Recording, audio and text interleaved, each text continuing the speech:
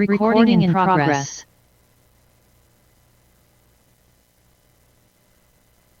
கிறிஸ்துவில் பிரியமானவர்களே, இந்த நாளுக்கென்று தேவன் நமக்கு எழுதியிருக்கிற ஜீவ வார்த்தை எரேமியாவின் புஸ்தகம் 29வது அதிகாரம் 11வது வசனம். நீங்கள் எதிர்பார்த்திருக்கும் முடிவை உங்களுக்கு கொடுக்கும்படிக்கு நான் உங்கள் பேரில் நினைத்திருக்கிற நினைவுகளை அறிவேன் என்று கர்த்தர் சொல்லுகின்றார். எனக்கருமையான சகோதர சகோதரிகளே, இன்றைய நாள் கர்த்தர் உங்கள் வாழ்க்கையில் செய்ய நினைத்தவைகளை நிறைவேற்றி ஆசிர்வதிக்கிற நாளாய் வாக்கு பண்ணி உள்ளார். இன்றைய நாளிலும் அநேகருடைய ஆசைகள், வாஞ்சைகள், தேவைகள் எல்லாம் தாங்கள் நினைத்தபடி நடக்க வேண்டும், பெற்றுக்கொள்ள வேண்டும் என்று நினைத்தவர்களாய் கர்த்தரிடத்தில் நீண்ட நாட்களாய் ஜெபித்தும் வருவீர்கள். உங்களின் ஜெபங்களுக்கு பதில் கிடைக்காத பொழுது, தாமதமாகும் பொழுது விசுவாசத்திலே சோர்வுற்று போகிற நிலையினை பெற்று விடுகிறீர்கள். ஆனால் இன்றைக்கு கர்த்தர் சொல்லுகிறார், தம்முடைய சித்தத்திற்கு ஒப்புக் கொடுக்கும்படிக்கு உங்களுக்கு எவற்றை கொடுத்து ஆசிர்வதிக்க வேண்டும் என்று கர்த்தர் அறிந்திருக்கிறபடியினால் இப்படியாக சொல்லுகிறார், நீ எதிர்பார்த்திருக்கும் முடிவை உனக்கு கொடுக்கும்படிக்கு உன் பேரில் நான் நினைவாய் இருக்கிறேன். அவைகள் தீமைக்கல்ல, சமாதானத்திற்கு ஏதுவானவைகளே என்று. அதோடு மட்டுமல்லாமல், என் நினைவுகள் உன் நினைவுகள் அல்ல, உன் வழிகள் என் வழிகளும் அல்ல என்று கூறுகிறபடியினால் இன்றைக்கு உங்களின் விருப்பங்கள், ஏக்கங்கள், தேவைகள் யாவற்றையும் கர்த்தரின் சித்தத்திற்கு முழுமையாக ஒப்புக் கொடுப்பீர்களானால், அவர் உங்களை விசாரிக்கிறவர் ஆனபடியினால் உங்கள் வாயிலிருந்து சொல் பிறவாத முன்பே உங்களின் தேவைகள் இன்னதென்று அறிந்திருக்கிறபடியினால் அவர் தம் பிதாவிடம் விடாத பெருமூச்சோடு வேண்டிக் கொள்கிறார் என்பதை விசுவாசித்து காத்திருந்து தேவ சித்தத்திற்கு ஒப்புக் கொடுத்து நன்மைகளையும் ஆசீர்வாதங்களையும் பெற்றுக்கொள்ளுங்கள். இன்றைக்கும் நாம் வேதத்திலிருந்து கர்த்தர் தாம் நினைத்ததை நிறைவேற்றி முடித்ததை குறித்து தியானிப்போம். எரேமியாவின் புத்தகம் 38வது அதிகாரத்தை நாம் வாசிக்கையில், அங்கே எரேமியாவை பிடித்து கயிறுகளினால் கட்டி உளையாயிருந்த துறவிலே இறக்கிவிட்டு அமிழ்த்தினார்கள். அப்பொழுது அங்கிருந்த பிரதானியின் மூலமாக எரேமியாவை விடுவிக்கும்படி கர்த்தர் அந்த பிரதானியின் இருதயத்தில் பேசினார். அப்படியே எரேமியா விடுவிக்கப்பட்டார். எரேமியாவின் புஸ்தகம் 38வது அதிகாரம் 28வது வசனத்தில் வாசிக்கின்றோம், எரேமியா எருசலேம் பிடிபடுகிற நாள் மட்டாக காவற்சாலையின் முற்றத்தில் இருந்தார்.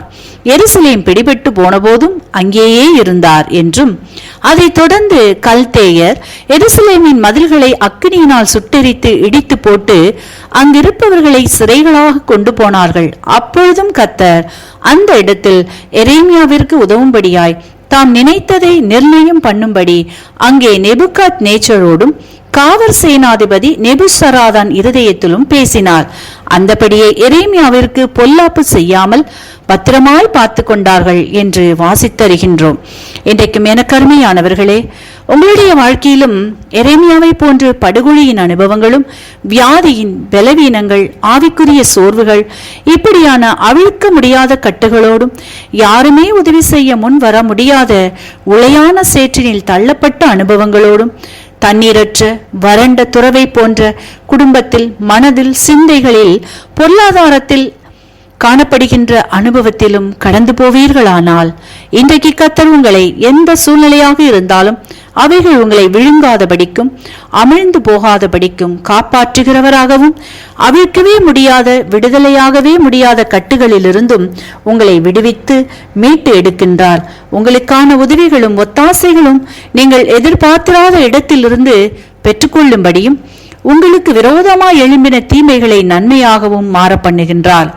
உங்கள் பேரில் கர்த்தர் நினைத்திருக்கிற நினைவுகளை நிறைவேற்றுகின்றார். இன்றைக்கு கர்த்தர் உங்களுக்காய் ஆயத்தம் பண்ணியிருக்கிற நன்மைகளை, ஆசீர்வாதங்களை தாம் நிர்ணயித்தபடியே நிலைத்திருக்கும்படி செய்து நிறைவேற்றுகின்றார்.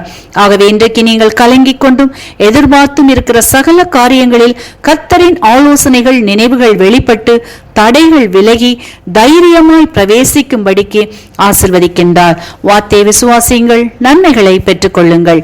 இன்றைக்கும் இந்த வார்த்தைகளை கேட்டுக்கொண்டிருக்கிற உங்களில் யாரேனும் உங்களின் பாவங்களுக்காக கல்வாரி சிலுவையில் மரித்து உயிர்த்தெழுந்த இயேசுவை அறியாமலும் விசுவாசியாமலும் இருப்பீர்களானால் இன்றைக்கு உங்களை ஒப்புக்கொடுங்கள், விசுவாசியுங்கள்.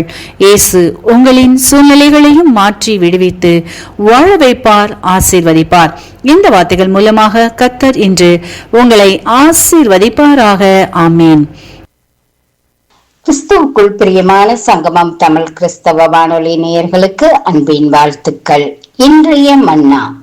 இந்த வார்த்தை உண்மையும் எல்லா அங்கீகரிப்புக்கும் பாத்திரமாயிருக்கிறது. 1 தீமோத்தேயு 4:9. பிரியமானவர்களே, தேவனுடைய வார்த்தை ஜீவனுள்ளதாயும் வல்லமை உள்ளதாயும் இருக்கிறது என்பதை தேவனுடைய வார்த்தையை பிரசங்கிக்கிறவர்களும் அதை கேட்டு நடக்கிறவர்களும் தங்கள் அனுபவத்தில் அறிந்திருக்கின்றார்கள். ஆயினும் சில கிறிஸ்தவர்களின் வாழ்க்கையை பார்க்கும் போது பிசாசானவன் தேவனுடைய வார்த்தையின் வல்லமையையும் அதன் கிரியையையும் அவர்களிடமிருந்து திருடியிருப்பது நன்கு தெளிவாகிறது. இதனால் தான் விசுவாசிகள் தேவனுடைய வார்த்தைக்கு அக்கறை கொள்ளாதபடி சோர்வையும் வஞ்சகத்தையும் கொண்டு வந்து அவர்களை திசை திருப்ப முயலுகின்றான். இதன் விளைவாக அநேகர் தேவனுடைய வார்த்தையை அறிந்திருந்தும் அதை பற்றி கொண்டு அதன் அதிகாரத்தாலும் வல்லமையாலும் சத்துருவை மேற்கொள்ள முடியாமல் போராடுகின்றனர். சிலருக்கு பிரசங்க நேரத்தையே பிசாசு தாலாட்டு பாடல் போல் மாற்றி விடுகிறான். இதனால் தேவனுடைய வார்த்தையை கேட்டு ஆவிக்குரிய பலம் பெற வேண்டியவர்கள் அறியாமலேயே ஆவிக்குரிய தூக்கத்தில் ஆழ்ந்து விடுகின்றார்கள். ஆண்டவராக இயேசு கிறிஸ்து சோதனைக்காரனை தேவனுடைய வார்த்தையினால் ஜெயம் கொண்டது போல நாமும் சத்துருவை ஜெயிக்க முடியும். இவ்வாறு ஜெயம் கொள்ளுகிறவர்களை கர்த்தர் உயர்ந்த அடைக்கலத்தில் வைத்து பாதுகாப்பார். ஆகையால் இன்று உங்களை கர்த்தருடைய வார்த்தையில் பலப்படும்படியாக முழுமையாக ஒப்புக்கொடுங்கள். வார்த்தை வேளையில் விழித்திருங்கள். அப்பொழுது கர்த்தர் உங்களை காத்து வழி நடத்துவார். கர்த்தர் தாமே இந்த வார்த்தைகளை கொண்டு ஒவ்வொருவரையும் நிறைவாக ஆசீர்வதிப்பாராக. ஆமேன். God bless you.